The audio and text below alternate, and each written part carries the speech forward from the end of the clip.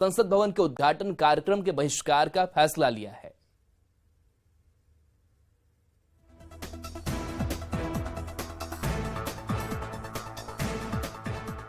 अट्ठाईस मई 2023 यही वो तारीख है जिस दिन प्रधानमंत्री नरेंद्र मोदी नए संसद भवन का उद्घाटन करेंगे। लेकिन उद्घाटन के पहले ही सियासत तेज हो गई है। बिहार के दो बड़े सत्ताधारी दल आरजेडी और जेडीयू ने संसद भवन के उद्घाटन कार्यक्रम का बहिष्कार करने का फैसला लिया है। सभी लोगों से बात हुई है हमारी जी, और हम लोग जो है इसका हम लोग विरोध करेंगे, बॉयकॉट करेंगे। नए संसद भवन का उद्घाटन माननीय राष्ट्रपति महोदया के द्वारा ही होनी चाहिए थी। आरजेडी और जेडीयू ही नहीं, इन दोनों के अलावा कांग्रेस, टीएमसी, आम आदमी पार्टी, वाम दल और एनसीपी भी उद्घाटन कार्यक्रम का बहिष्कार कर रहे हैं। इन पार्टियों के नेताओं का कहना है कि नए संसद भवन का उद्घाटन राष्ट्रपति के हाथों नहीं कराना राष्ट्रपति का अपमान है। इसमें विपक्षी एकजुटता का सवाल नहीं है। एज ए कॉन्स्टिट्यूशनल हेड महामहिम राष्ट्रपति जी उद्घाटन करते सब लोग जाता। पीएम मोदी के हाथों उद्घाटन का विरोध करने पर बीजेपी प्रदेश अध्यक्ष सम्राट चौधरी ने निशाना साधते हुए कहा कि इस भवन का उद्घाटन पीएम नहीं करेंगे तो आखिर कौन करेगा। तो इनको याद है कि बिहार में जो उद्घाटन हुआ है वो नीतीश कुमार जी ने किए हैं। इस शिलापट तोड़वाएंगे क्या? जबकि केंद्रीय पंचायती राज मंत्री गिरिराज सिंह ने सीएम नीतीश कुमार पर तीखा तंज कसा है। मुझे तरस आ रहा है वैसे लोगों पर जो लोकतंत्र के हत्यारों के साथ खड़े हैं। आज भले ही सियासत हो रही हो, लेकिन नए संसद भवन के लिए संसद के दोनों सदनों राज्यसभा और लोकसभा ने 5 अगस्त 2019 को आग्रह किया था, जिसका शिलान्यास प्रधानमंत्री नरेंद्र मोदी ने 10 दिसंबर 2020 को किया और मात्र 28 महीने में बिल्डिंग बनकर तैयार हो गई।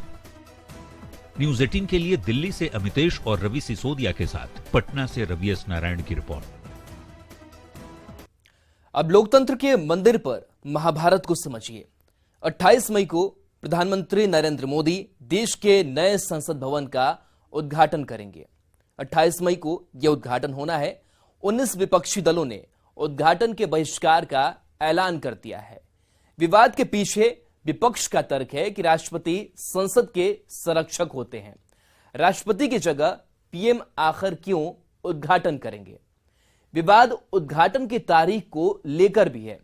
28 मई को वीर सावरकर की जयंती है, इसलिए 28 मई की तारीख पर भी सवाल खड़े किए जा रहे हैं। बीजेपी ने कांग्रेस पर बेवजह विवाद खड़ा करने का आरोप लगाया है। बीजेपी का कहना है कि राष्ट्रपति देश के प्रमुख और प्रधानमंत्री सरकार के प्रमुख हैं। पीएम सरकार की ओर से संसद का नेतृत्व करते हैं, जिनकी नीतियां कानून के रूप में लागू होती हैं। राष्ट्रपति किसी भी सदन के सदस्य नहीं है, जबकि पीएम है, इसलिए बेवजह राजनीतिक रोटी सेकने की कोशिश ना की जाए। बीजेपी ने उदाहरण के साथ कांग्रेस को आईना भी दिखाया है। अगस्त 1975 में तत्कालीन प्रधानमंत्री इंदिरा गांधी ने संसद एनेक्सी का उद्घाटन किया था। 1987 में तत्कालीन प्रधानमंत्री राजीव गांधी ने संसद पुस्तकालय का उद्घाटन किया। कांग्रेस सरकार के मुखिया संसद का उद्घाटन कर सकते हैं, तो पीएम मोदी ऐसा क्यों नहीं कर सकते हैं? यह भी लगातार बीजेपी की तरफ से बात रखी जा रही है। बीजेपी ने कांग्रेस को बेवजह विवाद ना पैदा करने की नसीहत दी है और कहा है कि ऐसे बेवजह विवाद आप पैदा नहीं करें। बढ़ेंगे आगे। 28 मई को पीएम मोदी नए संसद भवन का उद्घाटन करेंगे। सत्ता के प्रतीक ऐतिहासिक सेंगोल को नए संसद भवन में स्थापित किया जाएगा, जिसे राजदंड के रूप में भी लोग जानते हैं।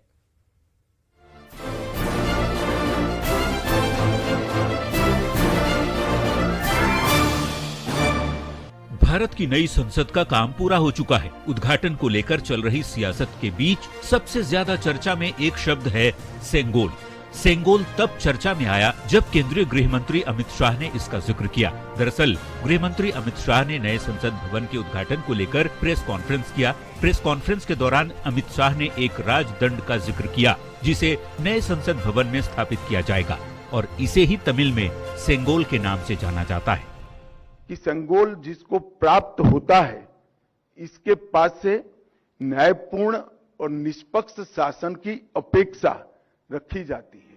अमित शाह ने बताया कि 1947 में जब ब्रिटिश हुकूमत की तरफ से भारत को हस्तांतरित करने की बात सामने आई तो लॉर्ड माउंटबेटन ने इसके लिए जवाहरलाल नेहरू से बात की। उन्होंने पूछा कि किस प्रतीक के साथ स्वराज्य को सौंपा जाए। इसके बाद हस्तांतरण को लेकर नेहरू ने स्वतंत्रता सेनानी सी राजगोपालाचारी से सुझाव मांगा। तब उन्होंने नेहरू को सेंगोल के बारे में जानकारी दी। उन्होंने बताया कि चोल सम्राट सत्ता का हस्तांतरण सेंगोल सौंपकर करते थे, जिसके बाद तय हुआ कि सेंगोल देकर ही सत्ता का हस्तांतरण होगा। उसके बाद मंत्रोच्चारण के साथ नेहरू जी को इसे सौंप दिया गया। यानी तब देश के पहले प्रधानमंत्री जवाहरलाल नेहरू ने अंग्रेजों से सत्ता के हस्तांतरण के प्रतीक के तौर पर सेंगोल लिया था। और पंडित नेहरू ने पवित्र सेंगोल को तमिलनाडु के अधिनियम से स्वीकार कर अंग्रेजों से भारतीयों के हाथ में सत्ता के हस्तांतरण को आकार दिया। वही क्षण था जब पंडित नेहरू ने सेंगोल को स्वीकार किया, जब हम जिसको स्वतंत्रता कहते हैं इसका सटीक स्थान था। तब से लेकर अब तक सेंगोल इलाहाबाद के एक संग्रहालय में है, जिसे अब सत्ता के प्रतीक के तौर पर संसद भवन में स्थापित किया जाएगा। Bureau report, news 18। अब समझिए सेंगोल की अहमियत क्या है। सेंगोल तमिल भाषा के शब्द सेम्मई से निकला है। इसका अर्थ है धर्म, सच्चाई और निष्ठा। सेंगोल राजदंड भारतीय सम्राट की शक्ति और अधिकार का प्रतीक था। चोल काल के दौरान राजाओं के राज्याभिषेक समारोह में सेंगोल का अत्यधिक महत्व था। सेंगोल एक शासक से दूसरे शासक को सत्ता के हस्तांतरण के रूप में सौंपा जाता था। आजादी के समय अंग्रेजों ने देश के पहले प्रधानमंत्री को सेंगोल सौंपा था। 1947 की बात की जाए तो सत्ता हस्तांतरण के प्रतीक के रूप में सेंगोल सौंपा गया था।